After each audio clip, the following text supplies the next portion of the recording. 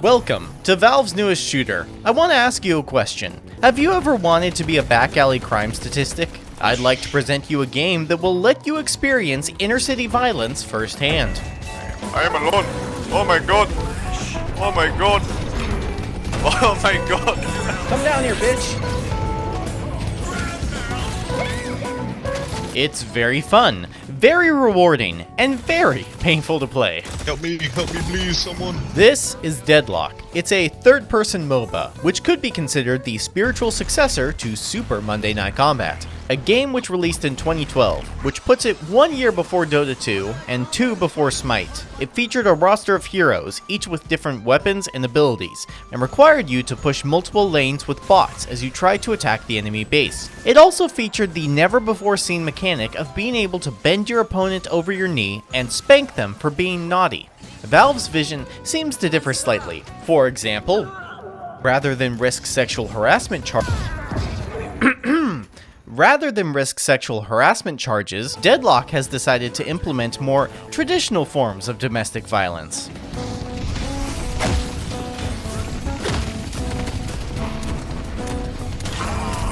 Nice job. I just got my ult. The game also seems to address a few issues that have plagued Dota clones for the past few years now. Are you sick of arguing who gets to play what position? Simply pick the character you want to play and let the matchmaker solve the rest. Valve's even introduced a system that assigns you to a lane automatically. A system that could best be described as true communism. Welcome to the streets of New York, a city built off the backs of migrants, magic, and gang warfare. The story of Deadlock is a mystery shrouded in secrecy, mostly because it hasn't been written yet. All you really need to know is that this is New York City, presumably in the 1930s, and here, science and the occult walk hand in hand with each other. At the moment, the only lore resource we have are the character descriptions. Let's see what we can learn. Look, story doesn't matter. Gameplay is the only reason anyone's gonna play this. And the gameplay is so good that I forgot to record my first 40 hours. If you play this game, one thing you need to remember is that cold hard cash is the only thing that matters. There is no experience, there are no levels. Instead, you acquire your abilities through skill points, gifted to you after you've earned enough currency for your pimp. And that currency is souls. You see, here in New York, we deal in souls of the dead. Or more accurately, souls of the soon-to-be-dead. And we use them to buy everything from a pack of cigarettes to a bottle of cocaine. This game is all about the grind set. From minute one, you're expected to earn. After all, as they say, money is everything. It literally defines your value as a person. You care? Yeah, I care, yeah. You swear? Yeah. You swear though, right? And to drive this point home, Valve puts your net worth right at the top for everyone to see, because we should always shame the poor. It's the only way they're going to change. The most basic way to earn souls is by killing. What are these little guys? They've got candles for heads. I'm gonna call them kobolds. Pause real quick. While recording today, I noticed two things. One, there was an update, and suddenly, there's obscene levels of motion blur on the characters. Okay, Valve. 2, the candles wilt away as they take damage. It's actually kind of sad. These kobolds are going to help you achieve your goals. They may seem weak and frail, but they serve one very important purpose: being slaughtered for cash. See that? That's a soul. Whenever you kill something, half of the money is deposited right into your bank account. The other half is released in these soul orbs, and you need to secure them. If you don't, the other person... Fucker. You've now been introduced to the world of financial warfare, and you're not prepared for what comes next. Thankfully, you have me, a beacon of grace and skill. You're alone. Oh, I was just about to save you. To get started, launch the game. Hit play, then select 3 completely unique and racially distinct characters, and rank them into a tier list. You don't know how easy you have it on the surface. There's quite a sizable roster, from school teachers with machine guns to giant men normalizing domestic abuse.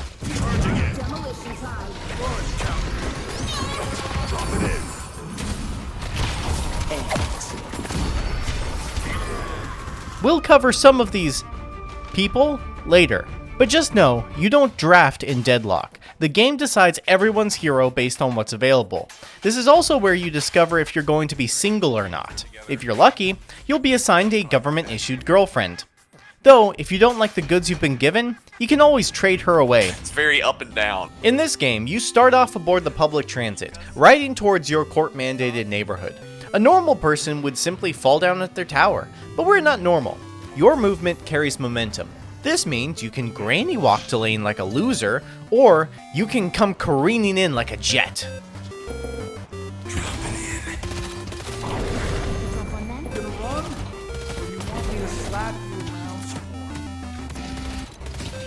Start running.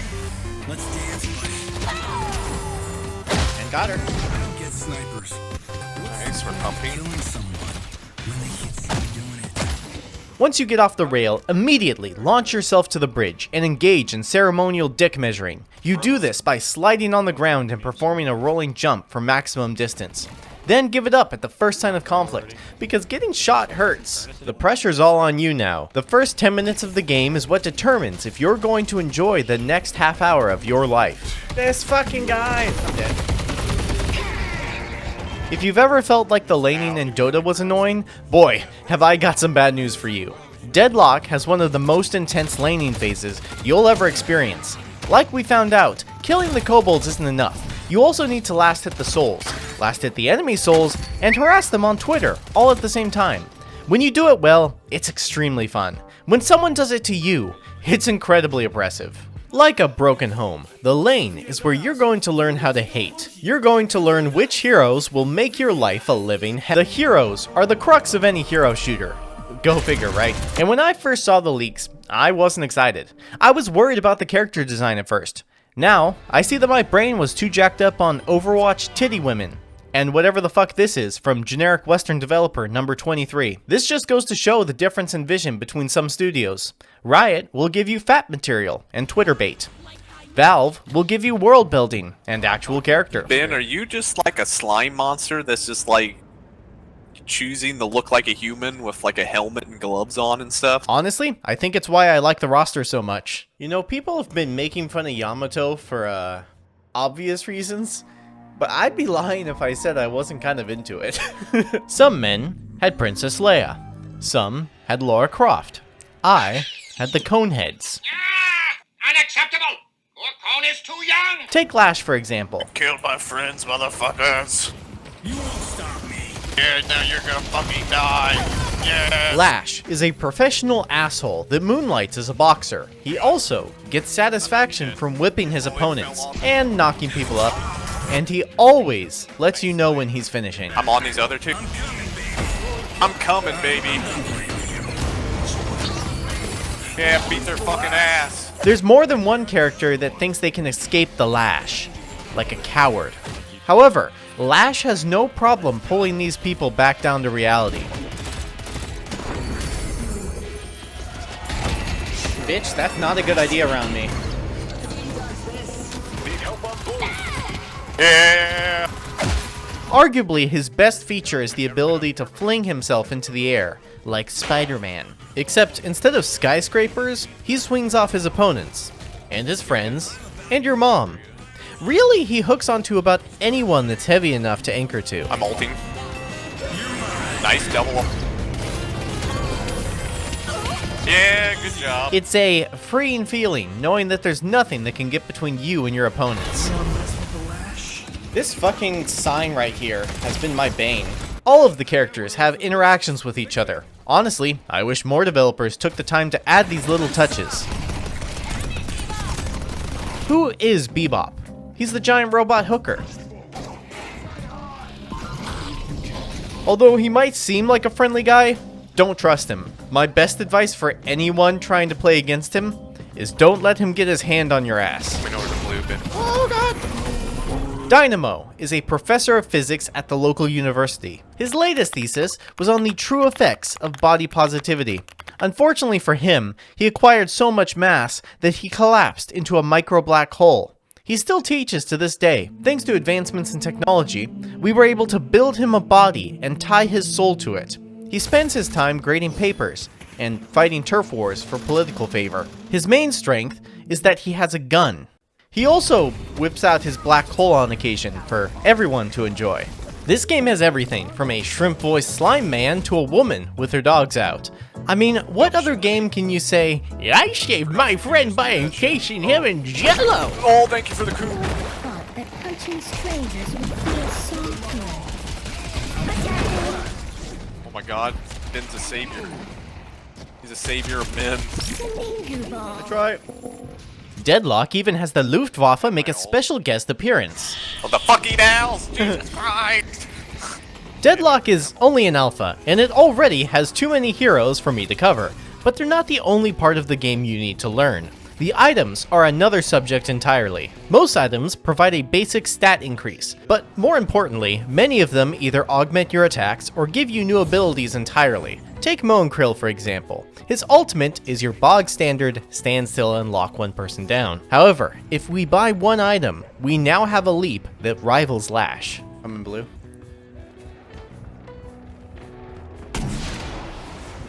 You messed Got with him. the wrong people. Did you know? There's a whole world outside. Thankfully, there's plenty to explore in game 2. The map is fairly large. There are multiple homeless camps you can raid for supplies. In addition to the homeless, there are a multitude of public teleporters, an underground network of hallways, slot machines, and in the center of it all, a giant crystal that contains the promise of immortality. All you must do to acquire such an artifact is kill Jerry. I know, it's a face only a mother could love, but he's a good guy. He just got caught up in the wrong place at the wrong time. But I promise you, all those thoughts of guilt from murdering Jerry will wash over you when you punch that crystal. Nice, you got sucked off. You're good at grabbing that, Ben. Feels so good. He earned. I know how to punch crystals. I've been practicing for Time it years. with the figure, with his finger. I got an ex-girlfriend named Crystal you could call.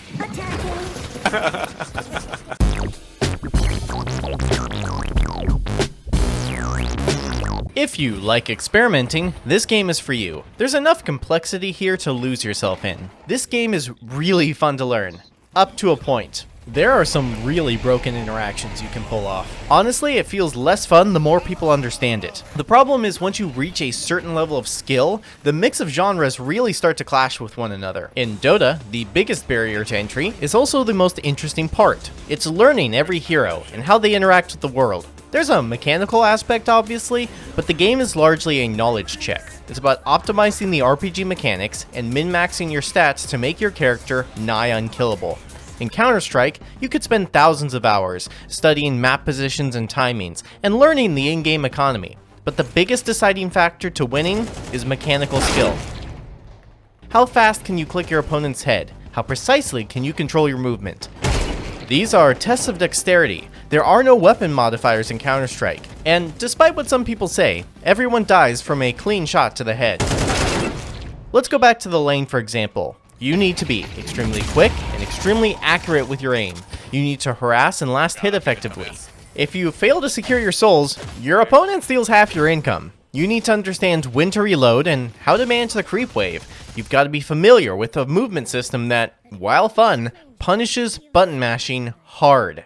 And when you're new, it's really easy to underestimate how far someone can leap. I ran out of stamina to get. I used all my stamina to get up there. Good job. You have to understand when heroes have their power spikes and when they're likely to push the advantage. And don't get me started how it feels to watch a circus monkey jump between cover like it's goddamn Scooby-Doo. And all of this is before you need to learn what items do and how they affect different heroes. Learning a competitive game is like learning to swim. No! I have a man in my ass! Some games are the equivalent of a kid's pool. Some are built to Olympic standards. Deadlock is the English Channel. Someone's crossed it, but I wouldn't consider it a traditionally competitive or enjoyable experience. I have a few predictions. 1. This will be extremely popular with new and casual players. Deadlock is incredibly fun in evenly matched, low-skill games where everyone sucks. And you know Valve is going to put in a skin economy like every other game they've released. 2. Most middle-of-the-range players are going to be pushed out. And if the game continues on this trend, It's just going to suffer the same fate as many other games with niche mechanics. Skilled players are going to keep getting better and better, and the top-end player base is going to get smaller and smaller as they destroy anyone that can't keep up. This will happen because the knowledge and dexterity required to compete will become so high that the majority of players who dip their toes into higher ratings will get filtered out and scared away. Fucking idiot. Let's go. And 3. It's a Valve game, which means the player base is going to complain endlessly about the lack of content. Dota 2 has a fairly industry-standard patch cadence, with 2 to 3 major gameplay updates and a dozen or so balance patches every year. The fuck is this shit right there? Oh my god. Definitively making it Valve's most cared-for game, and yet the players still convince themselves that Valve doesn't care. It'll be the same for Deadlock. Look, the takeaway is that this is a really well-made game, and it's only an alpha, with placeholder assets. It wouldn't have over 170,000 players peak if it was bad. Well, it might. It's happened before. But this is the type of game that has so many avenues of player skill that most people are just going to find it too niche to be anything more than frustrating and painful in the long run. But what the fuck do I know? If League has taught me anything, it's that more people are into cock and ball torture than you would think. A warm thank you to everyone who's made it this far. Subscribe if you liked it, or I'll send the Luftwaffe's owl after you. Dip, dip, dip. Oh god. Dip, dip, dip, dip. Oh! Holy shit. Kinda pumped him with my ult. Have these fucking owl. Don't you dare with that fucking owl, you son of a bitch. I need to go. I'm going to the underground. I'm leaving. You guys can't catch me. Maybe you can, but I'm pretty damn fast. Holy shit, they're coming. Oh! They're coming. They're coming. Oh! Damn owls.